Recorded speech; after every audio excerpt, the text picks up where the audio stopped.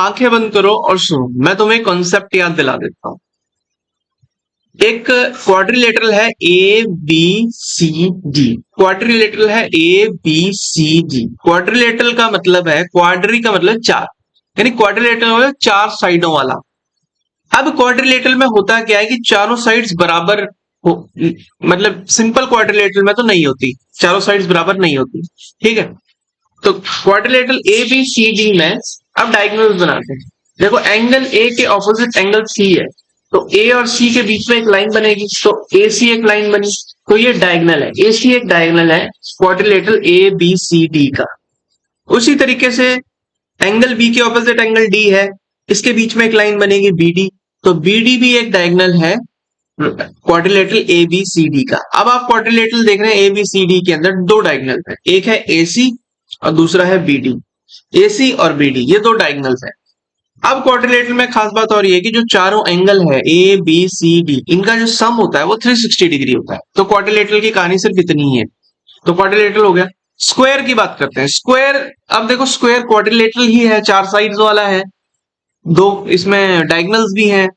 अगर ये क्वाड्रिलेटरल है, चार साइड्स अगर हैं, तो इसकी जो एंगल का सम होगा वो भी 360 डिग्री होगा, 360 डिग्री होगा। ठीक है, लेकिन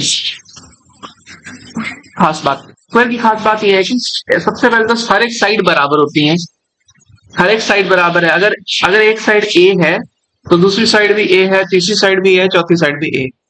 तो square A B C D में सारी साइड्स बराबर है ए।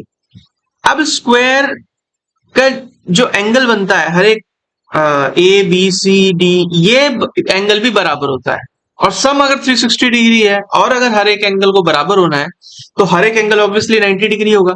तो स्क्वायर में हमेशा एंगल्स जो है 90 डिग्री होते हैं। अब इसमें भी दो डायगोनल्स, क्योंकि क्वाड्रिलेटरल है तो दो डायगोनल्स होते हैं। एंगल ए के ऑपोजिट एंगल सी है तो ए सी एक डायगोनल हुआ, एंगल बी के ऑपोजिट एंगल डी है तो बी डी एक डायगोनल हुआ, ए सी एक डायगोनल है, बी डी एक डायगोनल है। अब ये दोनों डायगोनल्स एक पॉइंट पर इंटरसेक्ट करते हैं, ओ पॉइंट पर।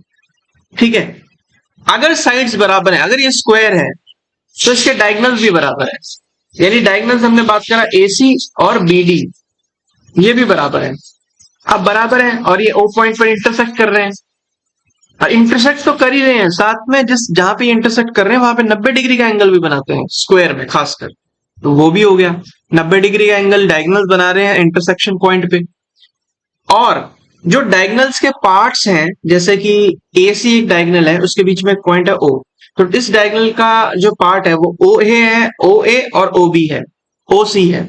उसी तरह बी डी में डायगोनल में ओ बी एक पार्ट है, ओ डी एक पार्ट। अब ये जो चारों पार्ट हैं, हर एक डायगोनल के दो पार्ट हैं, यानी दो डायगोनल के चार पार्ट हैं। ये जो चारों पार्ट्स हैं जो सेंटर से बन रहे हैं, कट रहे हैं, वो भी बराबर है, क्योंकि पूरा डायगोनल बराबर है। तो O A is equal to O C is equal to O B is equal to O D. तो डायगोनल्स की भी ये बात है। अब रही बात किसी की, अब रही बात की जो डायगोनल्स की वैल्यू है वो होती है, साइड को मल्टीप्लाई करते हैं √2 से। साइड हमने बोला ए है तो √2a डायगोनल्स की लेंथ आ जाती है। ठीक है, एक बात ये हो गई।